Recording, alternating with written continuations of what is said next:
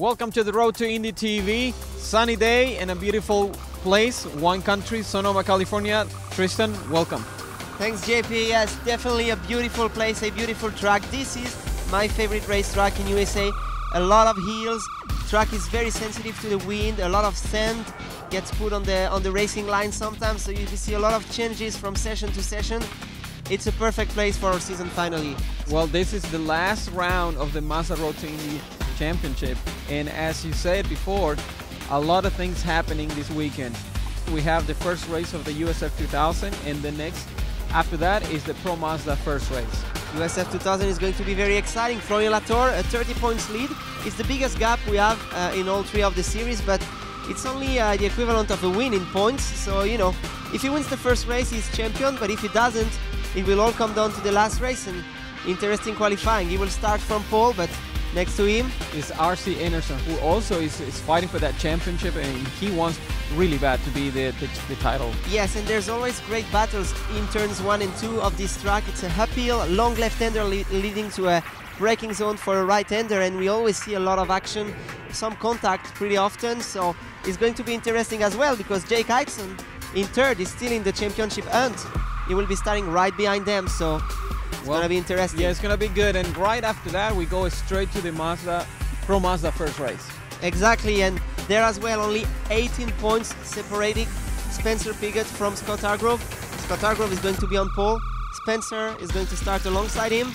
And again here, we can expect some aggressive moves. Scott Hargrove is going to go for it. He has to win both races to take the fight to Spencer. And I mean, these guys have already had contact this year. We know they're both very aggressive, so it's going to be great for us. Well, the track is getting clean. It's sun, people arriving. Why don't we get ready for these first two races? Let's get ready for the action.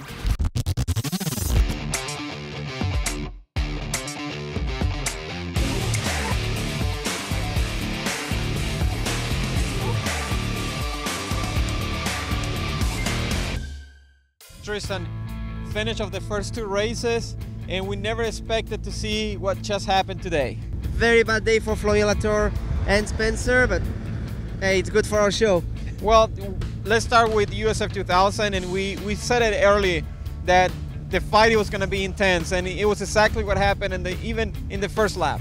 Yes, exactly. I mean, great start from Florian, but just RC went for it. Yeah, it looks like both of them knew exactly that the first turn he was going to decide who was going to win the race, and they just went for it. Yeah, they went for it. It was RC's only shot, to be honest, because if Florian was winning this race, he had the championship locked up. And let's be honest, Florian had been very fast since the start of the weekend. That Cape Motorsports car was hooked up, so RC went for it. Good on him. We're both racing for a championship. There was 3 of us racing for a championship, and we've been racing clean all season. And I was up alongside, and it's just a racing incident. I went deeper, made it in there, and it was just oblivious, turned down. There was really nothing I could do once I was already up there, but yeah, we were both racing for a championship, so it was whoever's going to come out on top. We saw some fights in the third, fourth position, but at that point, RC just took control on it and went for it. Yeah, he had a good pace, but let's not forget about Jake Heitzen, because Florian Latour is pushed back in the championship. He's still going to lead it, but that put Jake very close to him. He's only 8 points behind, so it's going to be a three-way battle for the championship tomorrow. We can't forget about what happened also in Pro Mazda. I think the biggest controversy was definitely in Pro Mazda. Scott Hargrove was on pole, had a good start, but locked up his front right tire. I think it damaged it a little bit, and he could not brake as late as he wanted. Spencer was very fast, and I think, you know, when he passed Scott, Scott knew that his only shot was to try to repass him straight away, and yeah, a bit of a tough incident. I think that was more of a clear cut than the USF2000 incident on what happened. Race control took no decision. Well, it was just really confusing as you watch, because you see both getting in touch and go off. You see Spencer coming back, but right after he came back, every single car in the back starts spinning out of control. This was like a scene that I have never seen before. Yeah, what happened is it broke his radiator, and he lost all his water on the track, so the track was completely slippery. That's why he as well spun on his own water. And you know what, I've been surprised and impressed by Spencer's attitude. I mean, contact, his car is damaged, he sees Scott Hargrove alongside of him, and he didn't drive into him. And I know many drivers, when a championship is on the line and they can see the other guy is going to finish the race and take the points lead, would have just turned left, drove into Scottar Grove and broken his car as well. So it's good on him. The incident was definitely controversial, but when you're fighting for a championship, you can expect this kind of things. And as we say it for USF2000 here as well, it's good for the show. I talked a bit to the race officials. Their answer was that Scott understeered into Spencer and didn't mean to take him out, but the other people argue back that Scott was still in control of his car. Whether or not it was intentional, it was his judgment to leave enough room and to avoid Spencer's car. I think Spencer gave some room. You know, tough call once again. I don't think we're in a position to make any judgment, but for sure there was a lot of talk after this incident, a lot of drama in the paddock. Ricardo Juncos, we caught up with him. He was definitely not happy because they have been so close so many years of this championship, and this year is the year. You know, they've been leading most of the season, and he was definitely not happy. Ricardo, what's your take on the incident? I mean, we knew these things can happen, and it's up to the race director to take a look. For us, it's very obviously we had the TV in front of every single person. We was playing a nice game. We can take him out of the race right after, before him, but nothing happened. Now we are out of the race. So, you know, unfortunately, it's what it is. Things we cannot control. We faster than them. We dominated in the race right there, and they put us out of the race. So it's very hard to speak now because I'm very upset. We've been playing very clean game the whole championship. We always did, and we always will. Whatever, what can I do, you know? Out of all these controversial actions and people not getting happy, we know one person was really happy because he got the first win of the season. Yes, Cal Kaiser, honestly, you gotta feel happy for the guy. He was fast all season, he's been pushing Spencer really well, and you know, he's been deserving that win. He didn't have the season he deserved, a bit of an up and down season, but the performance was always there. And yeah, we were glad he got this win for him because it was well deserved. He drove a great race, you know. Really happy for Kai right now. Really happy for his win, but we have one extra series that we need to talk about, which is Indy Lights. We might have a lot more drama there. Jack Harvey still has a shot at the title. He's 13 points, qualified on pole. But hey, who is alongside him? Well, our good friend Gabby Chavez. He's not gonna let this happen like it happened in Mid-Ohio. You know that if Jack wins both races with fastest lap, most laps led in both races, he will win this championship. So Gabby has a lot of pressure. Seems like it's going to be a two-way battle this weekend. The third contender in the championship did not qualify really well. Yeah, Zach Veach having a tough weekend, Matthew Brabham as well. Seems like the Andretti squad have been struggling a little bit. It's a very particular track. Sometimes you just miss it and can't figure it out. So at the moment it's going to be between Gabby and Jack. Do you think that Jack Harvey is going to pull a Mid-Ohio with this pole position? Jack seems to be very good in these kind of key moments in the championship. He's a very laid-back guy, very chilled out, and I think he stays very calm and he's very good at stepping up when he needs to. So I think they have a good chance, but you know, Gabby is going to give it all at the start for sure. He's definitely, Gabby, having all the pressure on him. Yes, I think also the fact that he has led the championship all season, or pretty much, even if the battle has been tight with Zach at some points. You know, when you get to the last race and you've been leading so much, you have some kind of extra pressure because, you know, you can't get it out of your head that you've been the leader for so long and that, you know, it's all coming down to that one weekend. And Jack Harvey on his side has nothing to lose. You know, he's been the chaser all year. They've had a tough first part of the season, but where he has been really good is that he did not get frustrated and scored points. And he kept himself in the battle, and now it's going to be a great show. Well, long day here in Sonoma, California with 2 races and 1 qualified session. But as this place is famous for, the wine country, there's only one thing left to do. Get some wine. All right, JP.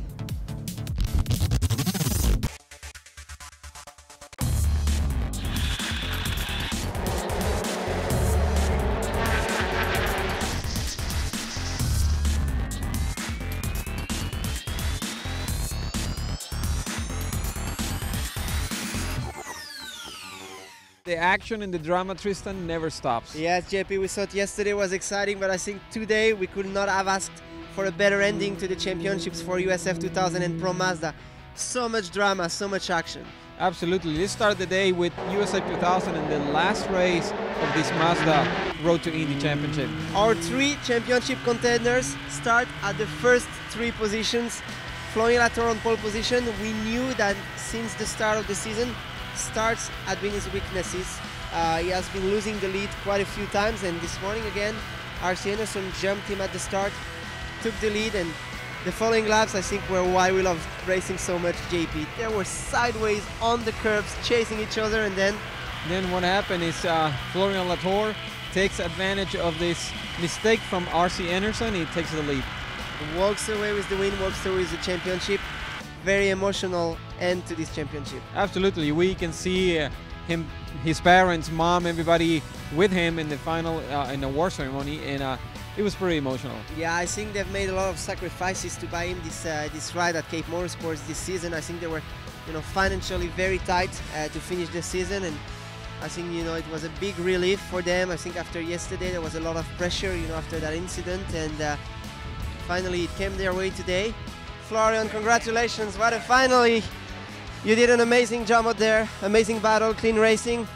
Tell us what went through your mind when you crossed that line. Yeah, it's amazing feeling, very, very happy to win at the last race. I'm very happy for me, for the team and for my family. Congratulations, Florian. I think we couldn't ask for a better ending, very emotional and, great deal for him next year. He moves up to the Pro Mazda series with a fully funded ride. He's going to be able to pick the team he wants to run with. Absolutely. Now, moving forward in the Pro Mazda Championship, we go for another race and the last race of this year. In another, what do we call it? Is dramatic? Controversy. Controversy race. Controversy is the right word. I mean, yesterday, this contact between Scott Hargrove and Spencer Pigot, there's 2 sides of the story. Junko's furious, Cape Motorsports defending themselves as they could, and it's normal, it's racing for a championship, but today was even bigger. I mean, Spencer takes the lead at the start, Scott jumps him on the braking zone for turn 2, and then Neil Alberico drives into Spencer Pigot, spins him around. So that's the first step of the controversy for this race, but we had a lot more afterwards. Absolutely. After that incident, we saw things couldn't go one way, and we saw a lot of disappointment in Juncos on the pit wall. I mean, everybody was at that point really, really in a bad mood. I mean, let's be honest, we thought it was over for Spencer. I mean, Scott is in the lead of the race, Spencer back in the pack, his car is intact, but he has to get through the whole field. And you can see the Juncos team desperate.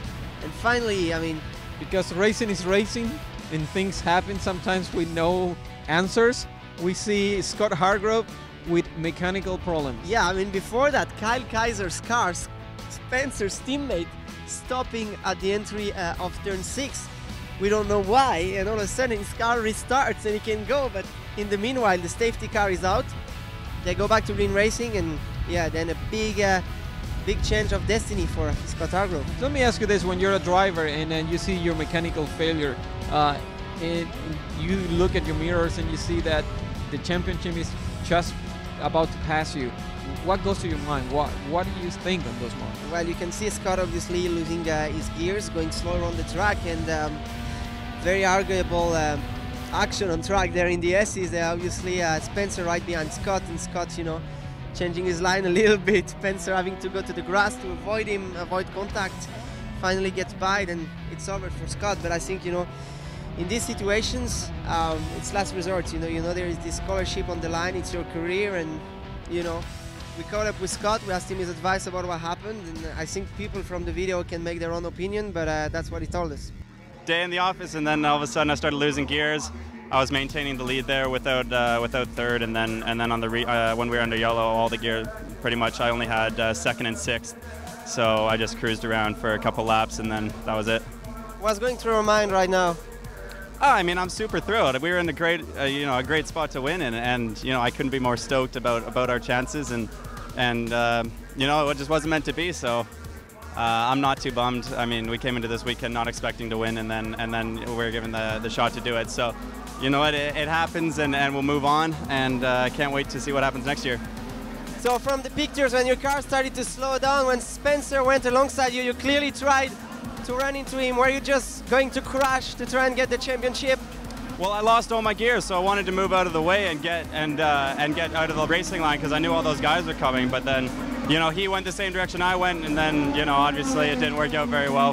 It really didn't look very good. So you just didn't see him, right? There was nothing intentional there? No, I wouldn't say so. I mean, if I wanted to crash him, I would have, you know. So Spencer's drove great all year, and congrats to him on the championship. Well, that was Scott's side of the story. We caught up with both Spencer and Ricardo, and they were definitely very emotional about this race. Spencer, congratulations. After all the action and all the controversy this weekend, you get the championship. What's going through your mind right now? Yeah, I mean, I'm still in shock. You know, it was a tough start. I mean, we were at a good one. I was in side by side for the lead, and then just got clobbered from behind. And you know, I just kept my head down, tried to pass as many people as I could, because you never know in racing, and you know, you never know what's going to happen. And in the end, karma came out for us, and we were able to win the race, or not the race, but get the championship. So after Scott ran into you yesterday, today you get taken out by his teammate at the start, and he runs you off track when you go by him when his car is slowing down. You know, it's karma. You know, good. We played nice, we played fair, always aggressive but clean, and you know, they didn't do the same. So you know, in the end, we're the ones with a smile on our faces, and we're celebrating the championship, and we definitely deserved it. So Juncos Racing, absolutely amazing this year. Mock-It, Rising Star Racing, can't thank everyone enough. It feels really good. Ricardo, after the most roller coaster weekend we've ever seen, I think, in the history of the Mazda Road to Indy, you end up getting that championship. What emotions are going through your mind right now? It's great, you know, we fight so hard, we work so hard this championship. I mean, I think we deserve it. We prove every single race weekend we are fast enough to win, and we have a good driver. Yesterday we won with Kaiser, today we won with Jose. Looks everything lost in the beginning of the race, but clearly we show we are winners with the big letters, because we play fair game, and everybody saw what happened when he get no power, the intention. So I was right. I feel really good about it now, because we are such a good team. I feel so proud for my guys. This is for my wife. She's having a daughter right now at this exactly moment, so I cannot be more happy, you know. I'm so happy. Two sides in these championships. One side is happy because of winning, the other one disappointing because it was not enough for getting the title. Yeah, I mean, Nicolas Cape, very emotional after his championship. I mean, remember, they just won the USF2000 championship before. This was their first year in Pro Mazda, and they really gave a hard fight to Juncos. And I think the disappointment was really big, and that definitely showed when we caught up with him. Nicolas, you were so close from winning the Pro Mazda championship in your first season, only a couple laps short. What's going through your mind right now? I guess the main thing is how proud I am, or we are, of our whole team, to give everything we had to get that close and to almost take 2 championships in one weekend. A bit emotional, but I'm really proud of everybody on our team. If it was that good, what is happened after with Indy Lights, it wasn't that far also as good. Yeah, we have a great scenario. I mean, Jack Harvey starting on pole, winning the race, but Gabby, hey, he tried a move at the start, didn't quite make it stick. He was in 3rd position because he had to actually run in the grass on the inside of turn 2. Great race from him, pulled out a great, very aggressive move on Luis Brazia. Then tried to take the fight to Jack, but I think his tires degraded, and he told us he had a problem with his throttle staying stuck as well.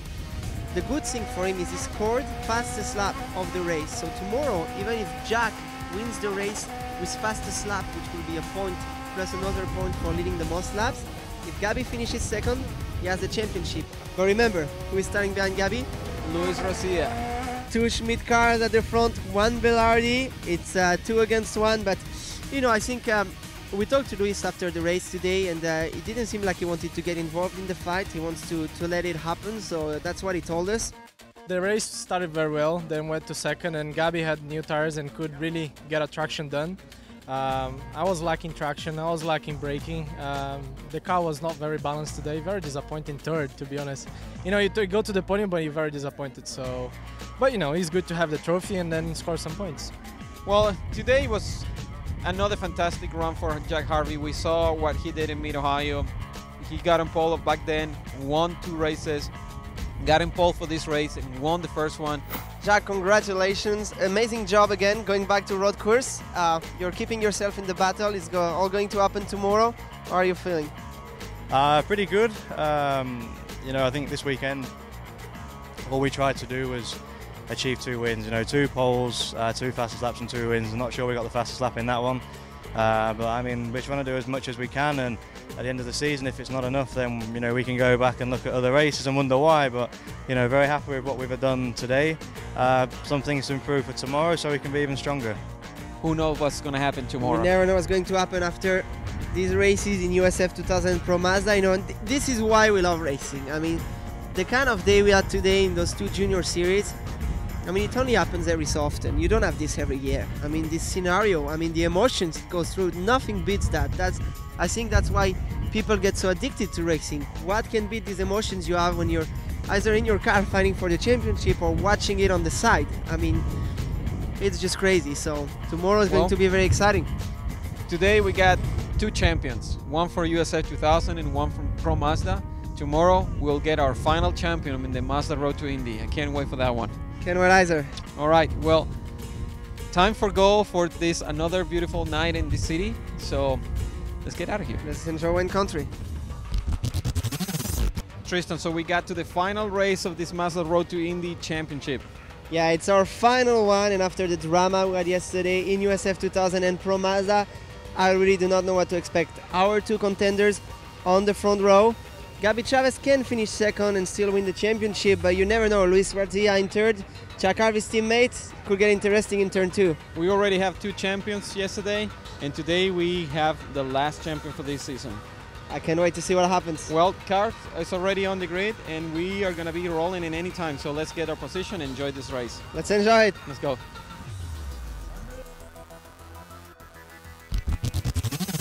And Tristan, we have our final champion of the Mazda Road to Indy. What a race. Yeah, JP, Gabi Chavez wins this championship after a hard-fought season, very tense.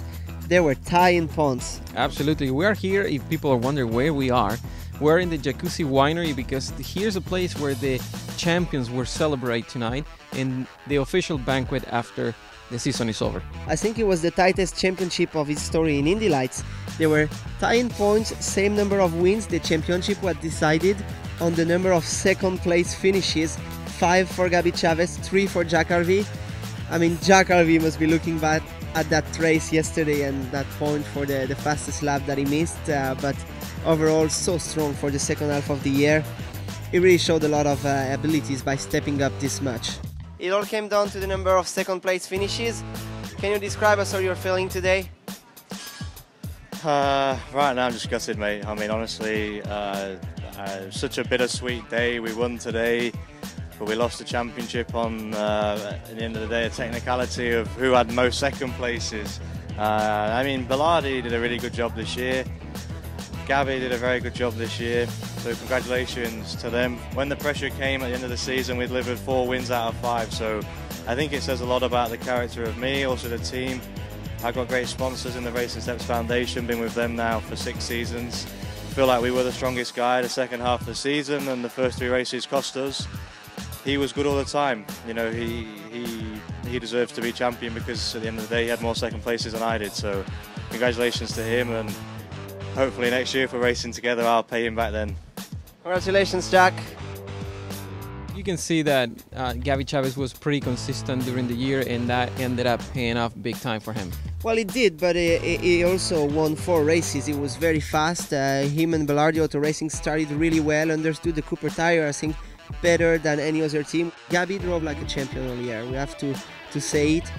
The days he had the car to win, he won. The days he didn't, he scored points, and that's what got him the championship. Well, you said it before, he's a complete more mature driver and knows exactly what needs to be done to win a championship. He was very calm, very focused the whole year. You could see that he was constantly in the zone. Absolutely. Well, interesting racing because we see Juan Pablo Garcia and Juan Piedrahita doing a really good job in this race. Yes, they did well. I mean, Juan Piedrahita running third for that long. Juan Pablo Garcia, him and Juan come together again, a bit of an incident. But yeah, we don't want to forget about Zach Veach. Hard weekend for them. He finishes third, finally in race 2. but you know, very bittersweet weekend for him because they struggled for speed, and he's been strong all year. They had a very good run in Milwaukee, and you know, I think they were really looking forward to trying to win that championship, and they just couldn't give the fight to these two other guys. Yeah, he's absolutely right. I mean, he was right on the championship, and he saw his chances disappear with the poor qualify session, and I guess after that is no much we can do and try to finish as strong as you can, isn't it? Exactly, but hey, it's the way it is. He had a good year. I think his first season in Indy Lights was tough for him, and he really stepped up, so you can really see the positives there and see what he showed. I think not many people expected him to be that quick before the start of the year. Let's be honest, he had a good season last year, but you know, there was Gabi Chavez. We were not sure he was going to take the fight to him, and he really did. That first win in St. Petersburg was a lot of authority, so that definitely showed a lot of promise. So overall, a lot of level in the field. Not as many cars as we wanted to see, but the level of talent, incredible. Well, Jack Harvey once again shows that when he wants to win a race, he's capable. He did it in Mid-Ohio with the qualifying winning 2 races, and he repeated exactly what he did over there. He qualified pole for both races, and he won both races, but he was short for the championship. We have 3 great champions overall, the whole ladder: USF2000 Formula Tour, Pro Mazda with Spencer Pigot and Gabi Chavez. I mean, these guys are deserving champions. We couldn't have asked for more drama, I think, here in Sonoma, JP. And absolutely. Why don't we do this? Why don't we hear from the champion, his comments right after the finish of the race? Yes, let's hear. Gabi, congratulations. You are the 2014 Indy Lights champion. Can you give us one word to describe how you're feeling today? Incredible. Dream come true, you know.